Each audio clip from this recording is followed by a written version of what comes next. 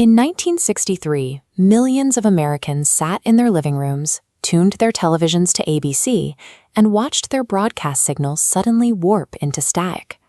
Up to this point, television was a highly predictable medium. It delivered comforting, sanitized entertainment right into the pristine environment of the mid-century American home. The Outer Limits weaponized this familiar piece of furniture. A disembodied control voice broke the fourth wall, directly addressing the audience and explicitly telling viewers that their television sets had been taken over. That invasive opening sequence was a literal declaration of intent. The creators were announcing that for the next hour, the psychological safety of the American living room was suspended. The primary architects behind this television experiment were creator Leslie Stevens and writer-producer Joseph Stefano. Their shared goal was to actively disrupt standard network broadcasting. Stefano was fresh off writing the screenplay for Alfred Hitchcock's Psycho, bringing a heavy cinematic horror pedigree straight to the small screen.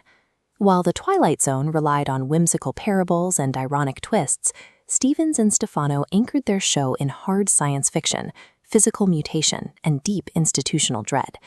By combining the psychological terror of a thriller with the speculative concepts of science fiction, they forged a hybrid genre of horror that network television had never seen before.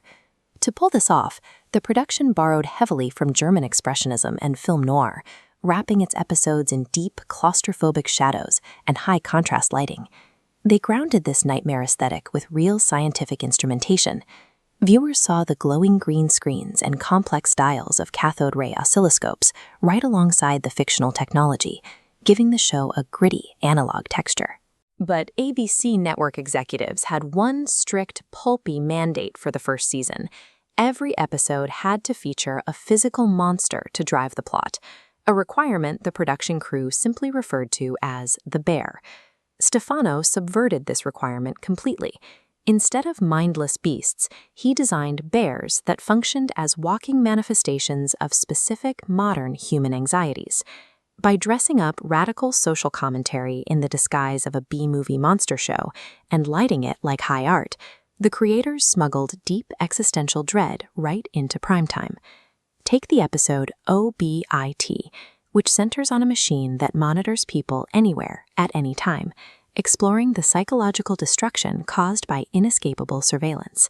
Long before modern debates over data collection and digital privacy, this story exposed how the erosion of personal secrecy systematically destroys social trust. Then there is Nightmare, a story where Earth soldiers held captive by an alien race are subjected to intense psychological warfare and harsh interrogations, testing their loyalty to military authority. The production externalized the agonizing pressure of captivity, using abstract, geometric shadows that slowly swallowed the remaining light in the room. And in Harlan Ellison's award-winning Demon with a Glass Hand, a man with an artificially intelligent, talking hand seeks his missing memories, unpacking profound questions about machine logic and extreme loneliness. These episodes share a common thread. Severe budget limitations forced the directors to rely entirely on a cinematic, thematic approach to visual storytelling, rather than expensive spectacle. By the second season, the production went through major internal shifts.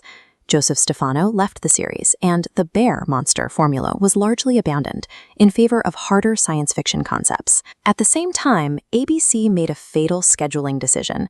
They moved the show to Saturday nights, placing it directly against the era's dominant variety programming, led by Jackie Gleason. Unable to compete with mainstream comedy, the ratings plummeted.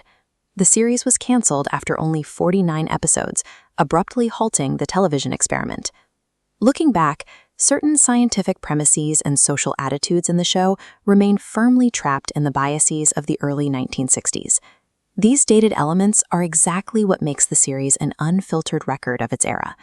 Because the show was produced without the benefit of hindsight, every 1960s bias preserved in the script serves as a direct, unvarnished map of the Cold War anxieties that fueled the production.